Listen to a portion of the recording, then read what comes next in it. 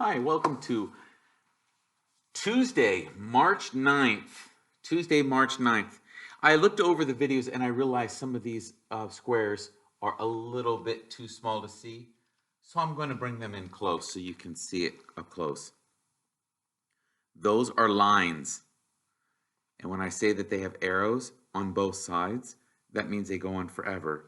These are two parallel lines.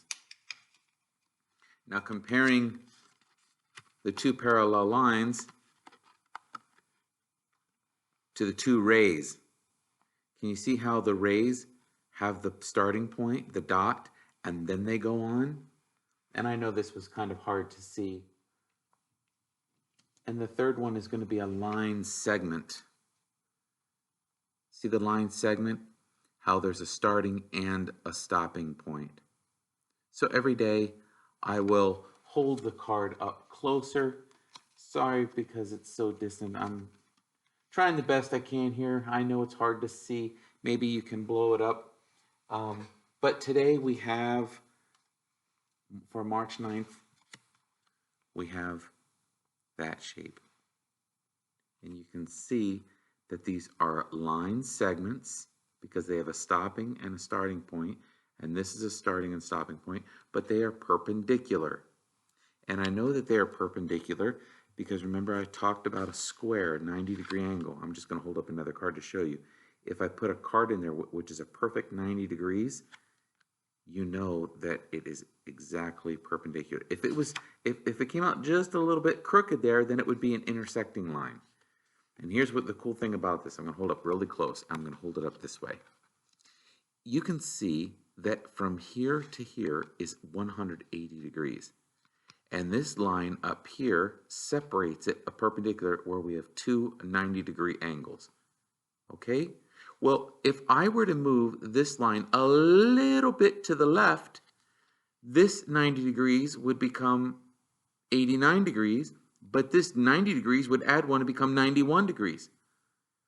So no matter how acute this angle gets, it makes this opposite side equally bigger. So if this now becomes, we know, but right now looking at this, these are 90 degrees and 90 degrees.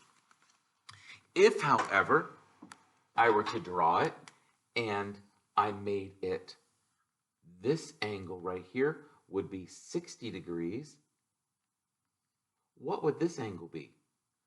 Well, you know from this point to this point, it's 180 degrees. Well, if it's 180 degrees from one point to the other, and here we have 60 degrees, well, now we know we can just subtract 60 from 180, and the reflex angle would be 120 degrees. Because the reflex angle, because from here to here, it always has to be 180. So since this is 60, this would have to be 120. See how that works? Now, doesn't this look a lot like a protractor? On your SBAC test, they will give you a protractor. And I'll show you an example of what they'll do. Here's the protractor. And the protractor will show that right here is 90 degrees, but then they'll also have a 90 degrees on the bottom. And the reason that is because if I were to draw this straight through and straight across, there are our 90-degree angles.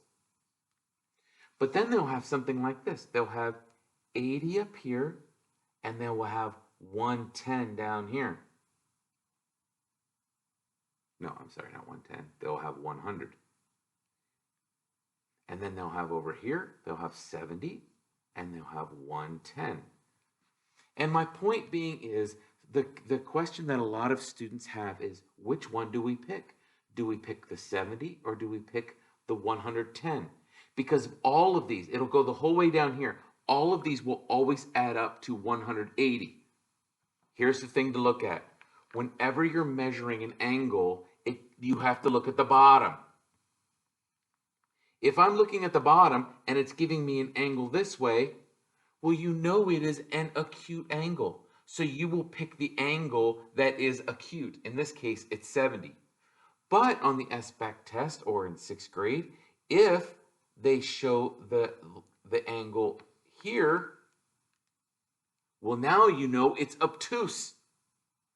And if it's obtuse, it's greater than 90, so you will hit the number that's down here, 110. So it's very important that you look at the bottom marker.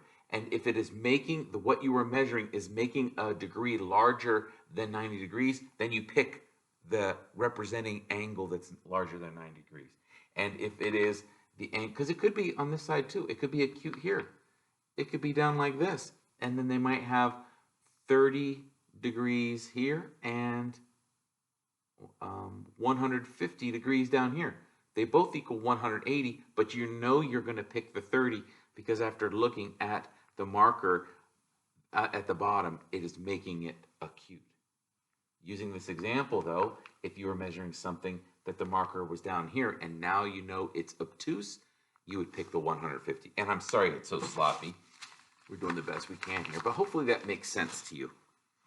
So just looking at today's number of March 9th, we're dealing with perpendicular line segments.